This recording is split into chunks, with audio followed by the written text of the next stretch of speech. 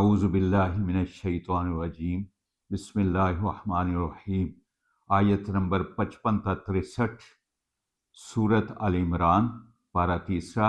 ارشاد باری تعالیٰ ہے، اذ قال اللہ یا عیسیٰ، جب اللہ نے کہا اے عیسیٰ، انی متوفی کا، میں آپ کو پورا لے لوں گا۔ یہاں لغوی معنی مراد ہیں، آپ کو جسد اطہر کے ساتھ اور روح پاک کے ساتھ اور آپ کے منصب کے ساتھ اللہ تعالیٰ نے اپنے پاس بلانے کا وعدہ کیا اور فرمایا میں پورا لے لوں گا۔ انی متوفی کا ورافیو کا، اور میں تجھے اپنے پاس اوپر اٹھا لوں گا، الیہ اپنی طرف، ومطہرک کا، اور تجھے پاک کر دوں گا، من الذین کفروا، کافروں سے۔ کافر آپ پر جو الزام لگاتے تھے اس سے اللہ تعالیٰ نے حضرت عیسیٰ علیہ السلام کو پاک کر دیا۔ وہ آپ کو ملحد کہتے تھے، وہ آپ کو فسادی کہتے تھے، اور وہ آپ کو تورات کا مخالف سمجھتے تھے، اور اس طرح انہوں نے وقت کے بادشاہ کے کان بھرے۔ تو اللہ تعالیٰ نے یہ بھی آپ کو خوشخبری سنا دی، ورافعک الیہ ومطہرک من الذین کفروا، کہ میں تجھے کافروں کے الزامات سے پاک کر دوں گا۔ اے عیسیٰ، تو ہے بھی پاک، تھا بھی پاک، رہے گا بھی پاک۔ وجاعل الذین اتبعوک فوق الذین کفروا الی یوم القیامہ، اور میں تیرے تابع داروں کو قیامت تک منکروں پر غالب رکھوں گا۔ حضرت عیسیٰ علیہ السلام کے جو تابع دار تھے، اللہ کے احکام ماننے والے تھے، وہ حضور نبی پاک صلی اللہ علیہ وسلم تک ہر منکر پر غالب رہے، اور پھر رسول پاک صلی اللہ علیہ وسلم کی تابع داری میں آ گئے۔ تو اس طرح قیامت تک جو کامل ایمان مسلمان ہے، کامل اعمال صالحہ والے مسلمان ہیں، اللہ تعالیٰ ان کو ظاہراً باطناً منکروں پر غالب رکھیں گے۔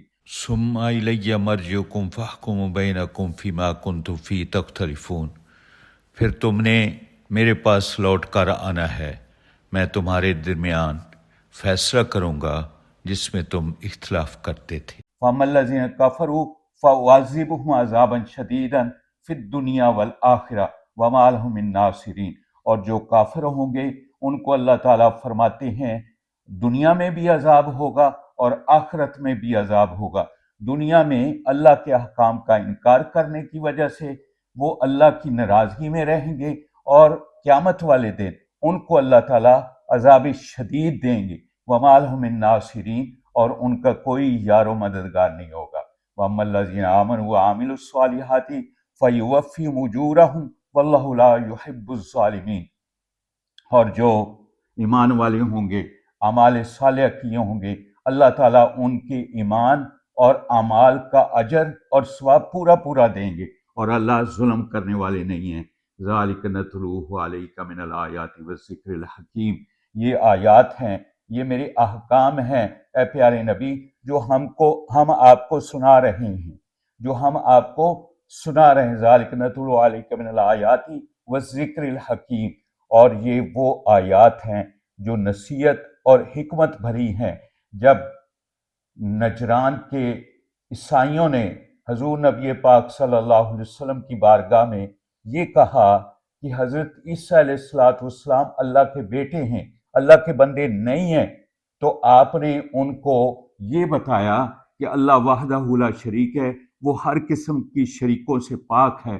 تو پھر کہنے لگے کہ اگر حضرت عیسیٰ علیہ السلام اللہ کے بیٹے نہیں ہیں تو پھر حضرت عیسیٰ علیہ السلام کا باپ کون ہے؟ اللہ تعالیٰ نے یہ وحی کے ذریعے اپنے پیارے حبیب کے ذریعے قیامت تک یہ واضح کر دیا، ان مثل عیسیٰ عند اللہ کمثل آدم خلقہ من تراب ثم قال له کن فیکون۔ حضرت عیسیٰ علیہ السلام کی مثال حضرت آدم علیہ السلام کی جیسی ہے۔ اللہ تعالیٰ نے ان کو مٹی سے پیدا کیا اور پھر اس کے بعد فرمایا کن، ہو جا، فیکون، پس وہ ہو گئے۔ جب اتنا بڑا نبی جو انسانیت کا باپ اور سارے نبیوں سے پہلے اس سرزمین پر آنے والا، اللہ کے احکام لانے والا، دنیا تک اللہ کے احکام پہنچانے والا، اللہ تعالیٰ نے ان کو یہ شان دی کہ بغیر باپ کے بغیر ماں کے ان کو پیدا کیا، تو حق تو ان کا بیٹا بننے کا زیادہ تھا، لیکن وہ بھی بندے، وہ بھی بشر، بلکہ ابو البشر بنے۔ تو حضرت عیسیٰ علیہ السلام کو اللہ تعالیٰ نے بغیر باپ کے پیدا فرمایا ہے، اپنی شیان شان کے ساتھ، اپنے حکم خاص کے ساتھ۔ تو وہ اللہ کے شریک نہیں ہو سکتے، وہ اللہ کے بندے تھے، اللہ کے نبی تھے۔ انما مثل عیسیٰ عند اللہ کمثل آدم خلقہ من تراب ثم قال له کن فیکون الحق من ربک فلا تکن من الممترین۔ اے پیارے نبی، یہی حق ہے کہ حضرت عیسیٰ علیہ السلام اللہ کے بیٹے نہیں تھے، اللہ کے بندے اور نبی تھے۔ فلا تکن من الممترین، اور آپ شک کرنے والوں سے نہ ہونا۔ اس کا مطلب یہ ہے کہ امت کے لیے یہ پیغام ہے کہ آپ اللہ کی توحید میں شرک کرنے والوں کے ساری شرک کرنے والوں کی طویلات سے، ان سے شک و شبہ میں نہ پڑنا۔ حق تو حق ہے کہ حضرت عیسیٰ علیہ السلام اللہ کے بندے اور رسول تھے۔ انما الحق من ربک فلا تکن من الممترین ومن حاجک فی من بعد ما جاءک من العلم۔ اس کے باوجود کہ آپ کے پاس اللہ کے احکام آئے، اللہ کا قرآن آیا، حق آیا، حق یہ ہے کہ حضرت عیسیٰ علیہ السلام اللہ کی شریک نہیں ہے، الحق من ربک فلا تکن من الممترین۔ اس کے باوجود بھی فمن حاجک فی من بعد ما جاءک من العلم، اگر یہ احکام آنے کے باوجود، علم آنے کے باوجود وہ اپنی ہٹ دھرمی پر ڈٹے رہیں، دلائل سے اور آپ کی ساری باتوں سے مطمئن نہیں ہیں، تو پھر اے پیارے نبی، فمن حاجک فی من بعد ما جاءک من العلم فقل تعالوا ندعو ابناءنا وابناءکم ونساءنا ونساءکم وانفسنا وانفسکم ثم نبتہل فنجعل لعنۃ اللہ علی الکاذبین۔ پھر ان کو چیلنج کر دو مبالغہ کا۔ مبالغہ کیا ہوتا ہے کہ دونوں فریقین جب دلائل سے نہ سمجھیں تو اس وقت ہر ایک فریق اللہ سے دعا کرے اور پھر اللہ کی طرف سے فیصلہ آ جاتا ہے۔ تو اے پیارے نبی، ان کو کہیں کہ میں بھی اپنے بیٹوں کو لاتا ہوں، اپنی عورتوں کو لاتا ہوں، اور میں خود بھی آتا ہوں میدان میں، تم بھی اپنے بیٹوں کو لے آؤ اور اپنی عورتوں کو لے آؤ اور خود بھی آ جاؤ، اور ہم اللہ سے فیصلہ لے لیتے ہیں۔ جب اس طرح کا دعوت مبالغہ ان کو ملا تو وہ گھبرا گئے، ٹائم لیا اور فیصلہ کر کے آ گئے کہ رسول پاک صلی اللہ علیہ وسلم سے ہم مقابلہ نہیں کر سکتے، ہم جھوٹے ہیں، وہ سچے ہیں۔ اب وہ آئے تو ادھر رسول پاک صلی اللہ علیہ وسلم بنفس نفیس آپ کے ساتھ حضرت سیدہ طیبہ طاہرہ خاتون جنت بھی تھیں، اور جنت کے شہزادے حضرت حسن حسین اور حضرت علی کرم اللہ وجہہ، جن کو اللہ تعالیٰ نے شیر خدا جیسی شان دی، اور رسول پاک صلی اللہ علیہ وسلم نے ان کو اپنا بھائی کا، جب یہ باہر نکلے تو وہ دیکھ کر ان کے پیشوا کہنے لگے کہ ان پکیزہ ہستیوں کا مقابلہ نہ کرنا، ہار مان لو، شکست مان لو۔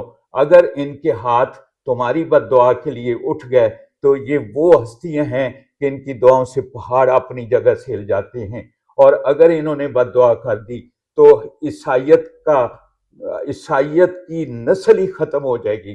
لہٰذا انہوں نے رسول پاک صلی اللہ علیہ وسلم کی بارگاہ میں آ کر کہا کہ ہم آپ کی باتیں مانتے ہیں، ہم جزیہ ادا کریں گے، اور اب ہم اپنے واپس نجران میں جاتے ہیں۔ تو اس طرح یہ معاملہ طے پایا، اور اللہ تعالیٰ نے قیامت تک کے لیے اہل حق کو یہ سبق دے دیا کہ جب باطل دلائل سے نہ مانے تو پھر اس کے لیے دعوت مبالغہ ہے۔ تو پھر اس کا طریقہ یہ ہے، میدان میں آ کر یہ کہیں فَنَجْعَلْ لَعْنَةَ اللَّهِ عَلَى الْكَاذِبِينَ، یا اللہ لعنت بھیج جھوٹوں پر۔ تو فیصلہ ہو جائے گا، جو جھوٹا ہوگا وہ غرق ہوگا، جو سچا ہوگا وہ کامیاب ہو جائے گا۔